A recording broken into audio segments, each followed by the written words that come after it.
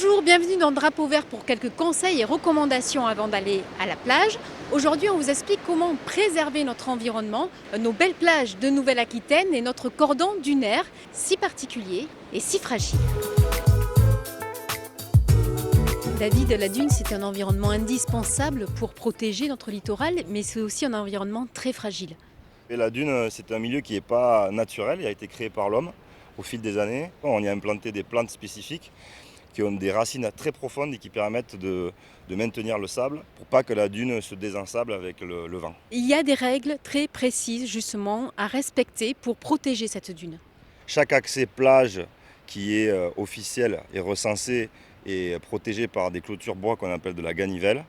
Donc il faut bien sûr emprunter ces chemins-là et ne pas traverser la dune où on veut, puisqu'on va abîmer les plantes, casser les racines, créer des goulets et des sifflets qui, avec les vents forts l'hiver d'ouest, vont s'exacerber et vont faire que la dune elle diminue au lieu de prendre du volume. David, la Nouvelle-Aquitaine est réputée pour ses belles et grandes plages de sable blanc.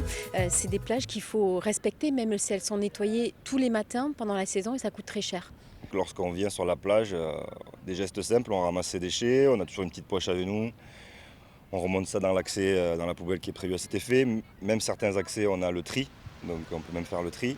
On ramène ces déchets parce que lorsqu'on les ramène pas et qu'on les laisse, on peut se dire demain, de toute façon, des gens vont passer les ramasser ou la machine va passer, mais en fait, du vent, là, ça part dans l'océan et dans l'océan, après, on sait tous que l'océan est un milieu fragile. La cigarette, il y a de plus en plus de plages non fumeurs, mais pour les plages où on a le droit de fumer, là aussi, on évite de mettre son mégot enfoncé dans le sable.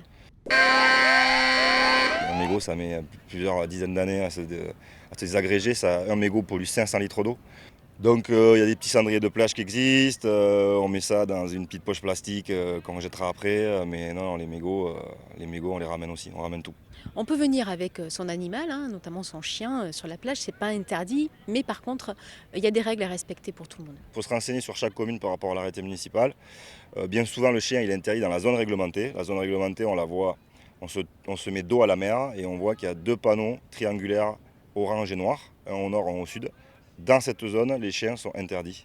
Donc il suffit de se décaler un petit peu, on peut traverser la zone avec un chien en laisse et aller se mettre un peu plus loin. C'est pour éviter que les chiens viennent dans la baignade. Si on résume, le cordon dunaire a été créé par l'homme pour protéger le littoral. Des plantes permettent de fixer le sable. La dune est fragile, il est interdit de marcher dessus en dehors des accès. Sur la plage, on ramasse ses déchets et pour les fumeurs, on prévoit un cendrier de poche. Quant aux animaux, on les garde en laisse, en dehors des zones de baignade. A très vite pour un nouveau drapeau vert sur NOAA. D'ici là, prudence et bonne baignade.